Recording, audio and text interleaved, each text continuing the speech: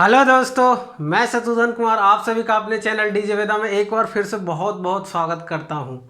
दोस्तों, आज हम लोग एक नया सीरीज स्टार्ट करने वाले हैं।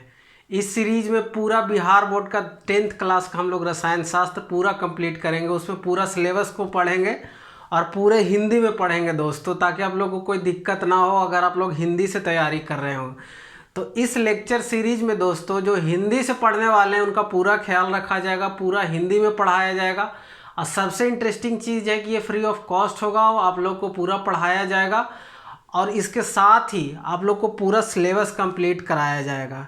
तो उसी सीरीज में मैं आज अनाउंसमेंट करने वाला हूँ कि किस तरीके से हम लोग पूरे सिलेबस को कंप्लीट करेंगे और हमारा सिलेबस क्या है 10वें बोर्ड के हिसाब से, जिससे आने वाले दिनों में जो आगामी 2022 के मद्देनज़र जो लोग पढ़ रहे होंगे उन लोग को ये वीडियो सीरीज बहुत ही हेल्प करने वाला है दोस्तों। तो आप या आपका कोई दोस्त जो कि 10वीं में भी पढ़ रहा हो और 2022 में एग्ज़ाम देने वाला हो, तो उसके लिए ये सीरीज बहुत ही इम्पोर्टेंट होने वाला है, क्योंकि मैं बहुत ही सिंपल तरीके से आप लोग को रसायन शास्त्र क्लियर कर दूंगा, जिससे आप लोग को कोई भी कभी परेशानी नहीं होगा। आप लोग सपने में भी एकदम सही सही केमिकल इक्वेशन लिखोगे, सपने में सब कुछ हो जाएगा और पता चलेगा कि ये रियलिटी भी यही है। तो पूरा इस चैनल पे बने रहिए, पूरा लेक्चर सीरीज आएगा, उसी का मैं पूरा आज आप लोग को ब्लूप्रिंट देने वाला हूं। तो चलिए दोस्तों स्टार्ट करते हैं कि हमारा सिलेबस जो है वो किस प्रकार का है। देखिए दोस्तों, सबसे पहले मैं बता दूं कि ये किसके लिए इम्पोर्टेंट ज़्यादा है। सबसे ज़्यादा तो वर्ग 10 बिहार बोर्ड, वर्ग 10 बिहार बोर्ड के लिए काफ़ी इम्पोर्टेंट रहेगा सेशन दोस्तों ये लेक्चर सीरीज। इसके अलावा जो डिफरेंट टाइप का कम्पिटिटिव एग्जाम का भी तैयारी कर रहे होंगे, उसमें भी रसायन शास्त्र से, केमिस्ट्री से कोई भी एग्ज़ाम ऐसा नहीं रहता है जिसमें 3-4-5 क्वेश्चन नहीं आते होंगे। तो जो भी ग्रुप डी का तैयारी कर रहे होंगे, CHSL का तैयारी कर रहे होंगे, CGL का तैयारी कर रहे होंगे, बिहार दरोगा हो गया, बिहार SI हो गया, बिहार सिपाही हो गया, इसी तरीके से जितना भी यहाँ BSSC जो एग्ज़ाम कंडक्ट करती है, BSSC जो भी एग्ज़ाम कंडक्ट करती है, तो ये सारा जिसमें रसायन शास्त्र जिसमें आता है दोस्तों, जिसमें भी केमिस्ट्री आता है, रसायन शास्त्र जिसमें भी आता है, उसमें ये आपका काफ़ी इम्पोर्टेंट होने वाला है। तो ये आप लोग याद रखिएगा कि 10वां के अलावा, मतलब 10th क्लास के अलावा भी ये सब सारे के लिए बहुत ही इम्पोर्टेंट होने वाला है। तो ये सारे बच्चे जो इस टाइप का तैयारी कर रहे होंगे उन लोग को भी इससे फ़ायदा होगा। देखिए कई बार क्या होता है कि बच्चे सिर्फ रट लेते हैं कि ये ऐसे होता है, लेकिन उसके पीछे कॉन्सेप्ट क्लियर नहीं होता है। तो ये जब 10th क्लास के बोर्ड के हिसाब से किया जा रहा है, तो मैं जब पढ़ा रहा हूँ तो पूरे डिटेल में पढ़ाऊँगा। तो जो कंपटीशन का जो तैयारी कर रहे हैं, जिन लोगों को सिर्फ रट जाते हैं और कई बार होता है कि उन लोगों को कॉन्सेप्ट क्लियर नहीं होता है, तो उसके लिए छोटा छोटा वीडियो रहेगा, इसको आप लोग देख के अपना कॉन्सेप्ट भी क्लियर कर सकते हैं। तो इस तरह से आप समझ सकते हैं कि बिहार बोर्ड के अलावा भी जो आप लोग जनरल कंपटीशन का तैयारी कर रहे होंगे, इसमें कुछ और एग्ज़ाम आप लोग जोड़ लीजिए। जैसे ग्रुप डी बताया था, NTPC अभी CBT 2 होने होगा, NTPC CBT 2 हो जाएगा। उसके बाद आपका जो भी BPSC में भी जो केमिस्ट्री आता है या CGPSC में जो केमिस्ट्री आता है, ये सारा इसके अंदर कंप्लीट किया जाएगा, क्योंकि जो सिलेबस है जहाँ भी ये जनरल केमिस्ट्री पूछा जाता है दोस्तों, 99% चांस है कि आपको 10th क्लास से पहले का पूछा जाएगा। तो 9 तक तो आप लोगों ने कंप्लीट कर लिया होगा दोस्तों। अगर नहीं कंप्लीट किया है तो उसका भी हमारे चैनल पे प्लेलिस्ट बना हुआ है, उसको जाके आप लोग देख सकते हैं। तो 99% चांस रहता है कि 10th क्लास से पहले का 9 तक का आप लोग कंप्लीट है दोस्तों। तो बचा सिर्फ 10th क्लास का, उसको हम लोग इसमें पूरे अच्छे तरीके से, पूरे सिलसिलेवार एकदम धारा प्रवाह तरीके से हम लोग पढ़ने वाले हैं दोस्तों। तो चलिए, तो यह स्टार्ट हो गया कि ये जो सीरीज है किस किस एग्ज़ाम के लिए इम्पोर्टेंट होगा। अब हम लोग आगे देखने वाले हैं दोस्तों कि जो हम लोग पढ़ने वाले हैं उसका लैंग्वेज क्या रहेगा। तो मैं स्टार्टिंग में ही बताया था कि दोस्तों ये पूरा क्लास जो रहेगा हिंदी में रहेगा। कुछ इंपॉर्टेंट टर्म्स जो केमिस्ट्री में है उसको मैं इंग्लिश में भी लिखूंगा।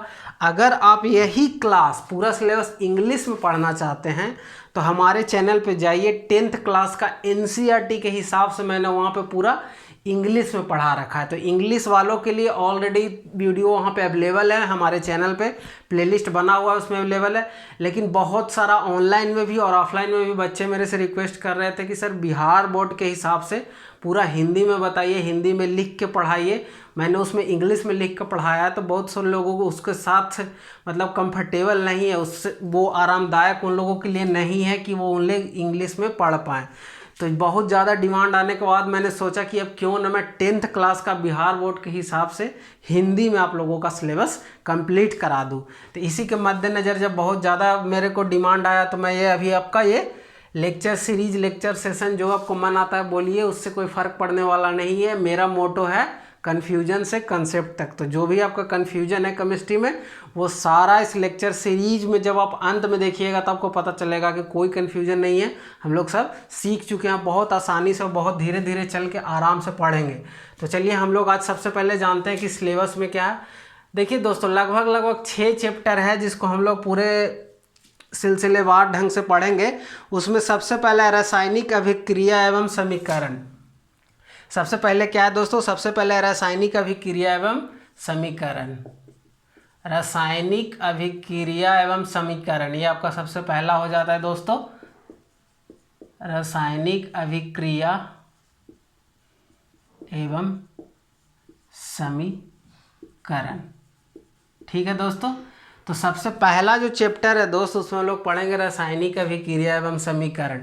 इसमें देखिए क्या हो जाता है, जैसे आप लोग जानते होंगे कि इसमें बेसिकली हम लोग पढ़ेंगे कि जो रासायनिक अभिक्रिया होता है, यानी कि केमिकल रिएक्शन होता है दोस्तों, वो कितने तरीके का होता है। जैसे कुछ होता है प्रतिस्थापन रिएक्शन, कुछ होता है डबल प्रतिस्थापन रिएक्शन, ये सारी चीज़ हम लोग जानेंगे। इसके अलावा भी और क्या जानेंगे, जैसे देखिए अब जैसे H2 है प्लस O है, ये मिलके क्या बनाता है दोस्तों, H2O बनाता है। Na है, फिर Cl है दोस्तों, ये क्या बनाएगा, ये बनाएगा नीमक, यानी कि नमक। हमारे ठेठ भाषा बिहार में बोला जाए तो नीमक, 80% लोग बिहार में नीमक बोलते हैं नमक को, तो नीमक बनाएगा। तो NaCl हो गया दोस्तों। इसी तरह से अगर हाइड्रोक्लोरिक एसिड बनाना हो तो H+Cl हो जाएगा, तो हाइड्रोक्लोरिक एसिड हो गया। तो ये तो मैं सिंपल लिख रहा हूँ, कई बार रहता है कि कैल्शियम प्लस SO4 मिलेगा तो क्या बनाएगा दोस्तों, CaSO4 बनाएगा। फिर क्या हो गया, कॉपर मिल गया प्लस SO4 मिल गया तो CuSO4 बनाएगा, CuSO4 बनाएगा। उसी तरह से अगर सल्फ्यूरिक एसिड बनाना है तो क्या क्या रहता है, H2 रहेगा, O2 रहेगा, H2 रहेगा। इसको मिलाएंगे तो क्या बनेगा, H2SO4। ये कोई भी बैलेंस कुछ नहीं हो सकता है। जैसे ये देखिए, यहाँ पे कितना ऑक्सीजन है, 4 है, यहाँ पे 2 है, यहाँ पे कितना सल्फर है, 1 है, यहाँ पे सल्फर कितना है, 2 है। तो ये बैलेंस इक्वेशन नहीं है दोस्तों। तो यही सारा चीज़ हम इसमें सीखेंगे कि समीकरण है उसको हम लोग कैसे संतुलित करते हैं। संतुलित करते हैं मतलब जितना एटम इधर है दोस्तों, उधर एटम इधर भी होना चाहिए। एटम को हिंदी में क्या बोलते हैं दोस्तों, एटम को हम लोग बोलते हैं परमाणु। एटम बम यानी कि परमाणु बम। तो हम लोग परमाणु क्या करते हैं, परमाणु से मिलके क्या बनता है दोस्तों, परमाणु से मिलके बनता है अणु। ये भी याद रखिएगा कि परमाणु जो है वो सबसे छोटा होता है, उसी से मिलके क्या बनता है, अणु। अणु को इंग्लिश में क्या बोलते हैं दोस्तों, मॉलिक्यूल। तो ये सारा चीज़ हम लोग डिटेल में पढ़ेंगे। बस मैं अभी रफ आइडिया दे रहा हूँ कि इस चैप्टर में क्या पढ़ना था। तो इसमें हम लोग पढ़ेंगे कि कितने तरह का रासायनिक अभिक्रिया होता है, उसको हम लोग बैलेंस कैसे करते हैं, मतलब संतुलित करते हैं। तो ये सारी चीज़ जानेंगे दोस्तों, और डिटेल में जानेंगे, बहुत ही इंटरेस्टिंग तरीके से जानेंगे एकदम। आप लोग आज तक ऐसा केमिस्ट्री का सेशन कभी नहीं पढ़े होंगे, इस तरीके से जानेंगे। बस मैं यही कहना चाहता हूँ। और अगर आप लोग को सेशन लाइक नहीं आएगा तो आप लोग कमेंट में लिख के डिसलाइक करके, वीडियो को डिसलाइक करके चैनल अनसब्सक्राइब कर दीजिएगा। इससे ज़्यादा कोई गारंटी नहीं दे सकता, भगवान भी नहीं दे सकते हैं। तो मैं बस यही कहना चाहता हूँ कि आप लोग को सेशन बहुत धांसू लगेगा। तो प्लीज़, ये अभी स्टार्टिंग वीडियो है, जितना हो सकता है दूसरे तक ये वीडियो शेयर कर दीजिए। कल से हम लोग का वीडियो आना स्टार्ट हो जाएगा केमिस्ट्री का। ये अभी मैं पूरा सिलेबस डिटेल में बता रहा हूँ किस तरीके से पढ़ना है। सेकेंड चैप्टर हो जाएगा अम्ल, भस्म एवं लवण। क्या हो जाएगा दोस्तों, अम्ल, भस्म एवं लवण। ये क्या होता है, अगर हिंदी में ये अम्ल भस्म लवण हो गया, इंग्लिश में क्या होता है, एसिड बेस सॉल्ट। क्या होता है दोस्तों, एसिड बेस सॉल्ट, जिसको साल्ट बोलते हैं। सॉल्ट का मतलब सिर्फ नमक नहीं होता है दोस्तों, यहाँ पे ये भी समझना है। लवण या सॉल्ट का मतलब सब समझ लेते हैं NaCl, ये बिल्कुल गलत है। सॉल्ट का मतलब होता है कि जब एक एसिड क्या दूसरा बस बेस यानी कि भस्म से जब रिएक्ट करेगा दोस्तों तो ये बनाएगा सॉल्ट। यही होता है सॉल्ट। सॉल्ट का मतलब हम लोग ठेठ में लवण समझ लेते हैं, सिर्फ नमक समझते हैं। लवण तो ठीक है, लवण समझे तो सही समझे, लेकिन सॉल्ट का मतलब बहुत से लोग सिर्फ नमक से उसको समझ अभिप्राय करते हैं। नमक से अभिप्राय करने का मतलब है सिर्फ NaCl समझते हैं, जबकि ऐसा नहीं है दोस्तों। जब एक एसिड दूसरे बेस से रिएक्ट करता है तो एक लवण बनता है। ठीक है दोस्तों, जैसे कि एक एटम है Na है प्लस दूसरा Cl है। ठीक है दोस्तों, तो ये मिलके क्या बनाएगा NaCl। तो यहाँ पर क्या हो गया, एक एसिड हो गया, यानी कि एक एसिड हो गया एक बेस हो गया, एक एसिड हो गया एक बेस हो गया। ये जो बना ये क्या हुआ, ये तो लवण ही बन रहा है, तो यहाँ पर लवण बोल देना कोई बड़ी बात नहीं है। यहाँ पर देखिए अगर दूसरा एग्जांपल देखिए H है और Cl है, मतलब कि हाइड्रोजन है और क्लोरीन है। ये एक एसिड है एक बेस है, ये दोनों रिएक्ट करेगा तो क्या बनाएगा, एसिड बनाएगा HCl। इसको भी तो इस तरीके से आप समझ सकते हैं कि क्या क्या किस तरह से रिएक्ट करता है। एक एसिड एक बेस से रिएक्ट करता है तो लवण बनाता है। यहाँ पर तो वही लवण बन रहा है जिसको हम नमक बोलते हैं। लेकिन देखिए अब एसिड किसको बोलते हैं, बेस किसको बोलते हैं और कैसे रिएक्ट करता है, ये सारी चीज़ें जब हम लोग डिटेल में पढ़ेंगे तो उसमें जानेंगे। तो लवण का मतलब सिर्फ नमक नहीं होता है दोस्तों, NaCl नहीं होता है लवण का मतलब सिर्फ। जब कोई एसिड और बेस रिएक्ट करता है तो वो लवण ही बनाता है। ठीक है दोस्तों, ये 2 चैप्टर हो गया। थर्ड चैप्टर में हम लोग पढ़ेंगे धातु और अधातु। पहले हम लोग पढ़ेंगे धातु तब ना धातु आएगा, पहले धातु एवं अधातु ये हम लोग पढ़ने वाले हैं। थर्ड चैप्टर है हम लोग का हो गया। देखिए इसमें अब हम लोग पढ़ेंगे कि धातु क्या होता है दोस्तों और अधातु क्या होता है। इसको देखिए कैसे समझेंगे दोस्तों। कुछ ऐसा एलिमेंट यानी कि तत्व, कुछ तत्व जो होते हैं वो क्या करते हैं, इलेक्ट्रॉन को खो देते हैं। ठीक है, और कुछ ऐसे तत्व होते हैं जो इलेक्ट्रॉन को ले लेते हैं, गेन कर लेते हैं, अपने पास रख लेते हैं, इलेक्ट्रॉन को अपने पास एब्जॉर्ब कर लेते हैं, अपने एक्सेप्ट कर लेते हैं। तो कुछ लोग इलेक्ट्रॉन को लूज करते हैं यानी कि परित्याग करते हैं, और कुछ लोग ग्रहण करते हैं। ठीक है दोस्तों, कुछ लोग परित्याग करते हैं और कुछ लोग ग्रहण करते हैं। ठीक है दोस्तों, तो जो तत्व इलेक्ट्रॉन का परित्याग करेगा उसको हम लोग क्या बोलते हैं, ज़्यादातर वो क्या होते हैं, वो होते हैं धातु। ठीक है दोस्तों, और जो इलेक्ट्रॉन का ग्रहण करते हैं वो क्या होता है दोस्तों, अधातु।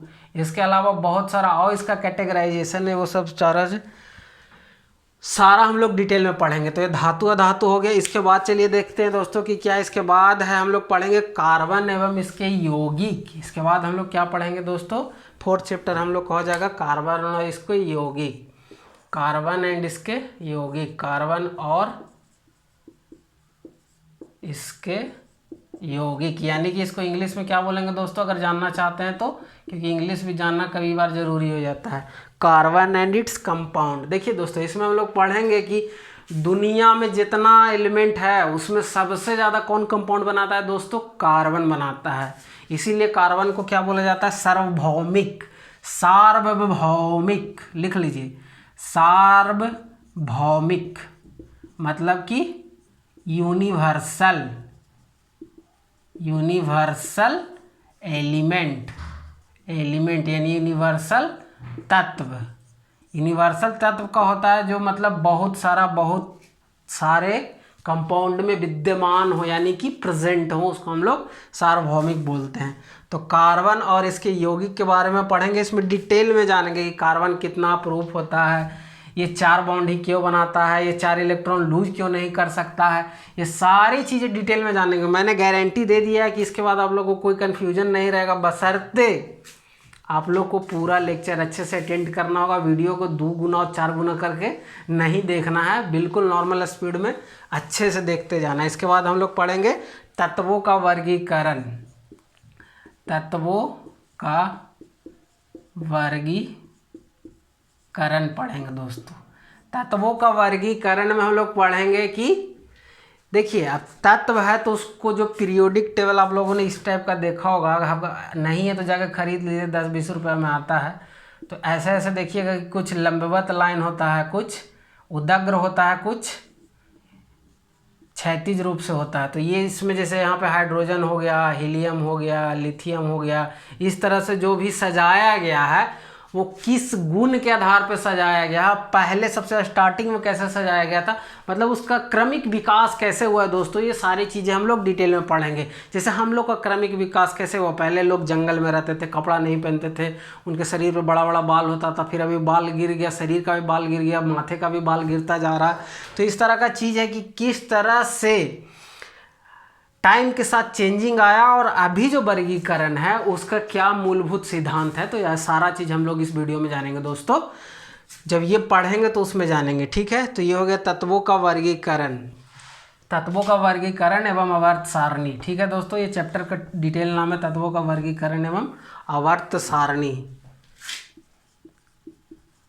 आवर्त सारणी।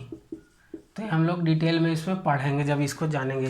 और जो लास्ट हम लोग का हो जाएगा सिलेबस के अनुसार से, वो प्राकृतिक संसाधन एवं प्रबंधन, प्राकृतिक कौन सा साधन, संसाधन, साधन एवं प्राकृति, ये हम लोग का सबसे लास्ट चैप्टर हो जाएगा दोस्तों, प्राकृतिक संसाधन एवं प्राकृति। तो ये हम लोग पढ़ेंगे क्या, प्राकृतिक संसाधन एवं प्रबंधन, माफ़ कीजिएगा दोस्तों, यहाँ पे प्राकृतिक संसाधन का प्रबंधन होगा, प्राकृतिक संसाधन का प्रबंधन हम लोग इसमें पढ़ेंगे लास्ट में।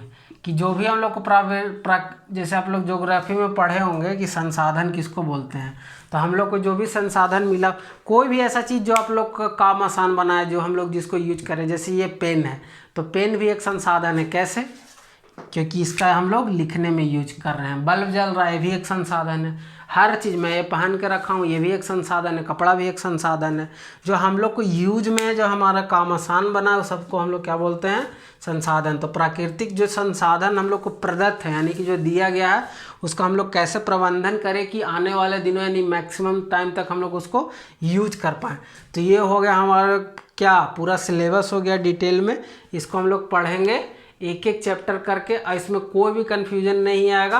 पूरा हिंदी में पढ़ाऊँगा, पूरा बिहार बोर्ड, बिहार का हूँ, बिहार के हिसाब से पढ़ाऊँगा, बिहार वाला बोली बोल के पढ़ाऊँगा, जिससे आप लोग को कोई दिक्कत नहीं होगा। क्लास बहुत इंटरेस्टिंग होने वाला है, एकदम मज़ा आने वाला है। केमिस्ट्री को आप लोग रटना नहीं पड़ेगा, ऐसा समझ जाइएगा कि चुटकियों में इक्वेशन लिखिएगा और चुटकियों में कार्बन का बताइएगा कितना एलोट्रॉप्स है और कार्बन 4, मतलब बहुत सारी चीज़ें जानेंगे आप लोग दोस्तों। केमिस्ट्री में बिल्कुल अलग तरीके से पढ़ाऊंगा, क्योंकि मेरा केमिस्ट्री दिल में बसता है। मैं केमिस्ट्री ही मेरा जीवन है, मैं केमिस्ट्री को अपना जीवन समर्पित कर दिया हूँ, इसीलिए मैं केमिस्ट्री इस चैनल पे आप लोगों के लिए पढ़ा रहा हूँ। अगर आप लोग केमिस्ट्री इंग्लिश में पढ़ना चाहते हैं, कुछ लोग अगर हिंदी में नहीं पढ़ना चाहते हैं, कुछ बिहार बोर्ड वाले बच्चे ऐसे भी होते हैं जो बिहार बोर्ड से तो पढ़ते हैं लेकिन वो पेपर इंग्लिश में लिखना चाहते हैं, तो उनके लिए ऑलरेडी हमारे चैनल पे प्लेलिस्ट बना हुआ है केमिस्ट्री का, उसमें मैंने इंग्लिश में पढ़ाया है। वहाँ पे आप लोग जाकर उस वीडियो का मज़ा ले सकते हैं। केमिस्ट्री को आप लोग एकदम आसानी से समझ सकते हैं, अपने नॉलेज को इन्हेंस कर सकते हैं। तो इस वीडियो को ज़्यादा से ज़्यादा तक शेयर कीजिए, जिससे कल जब ये वीडियो आए तो ज़्यादा से ज़्यादा लोगों को फ़ायदा हो, क्योंकि अभी भी लॉकडाउन चल रहा है, ज़्यादा कुछ खुला नहीं है। तो ऑनलाइन स्टडी ही एक माध्यम है जिसमें आप लोग अपने स्टडी को जारी रख सकते हैं। तो अगर आप लोग को ये वीडियो अच्छा लगा होगा, जो भी इन्फॉर्मेशन दिया उसमें आप लोगों को अच्छा लगा हो, तो दूसरे तक शेयर कीजिए और फिर चैनल पे बने रहिए। आने वाले दिनों में यानी कि कल से आप लोग को वीडियो मिलना स्टार्ट हो जाएगा। उसके बाद हम लोग इसको फिर डिटेल में पूरा जो मैंने सिलेबस लिखा है इसको हम लोग पढ़ेंगे दोस्तों। तो वीडियो देखने के लिए आप सभी दोस्तों का बहुत बहुत धन्यवाद। चैनल पे बने रहिए और फ्री ऑफ कॉस्ट एजुकेशन का फ़ायदा लीजिए दोस्तों।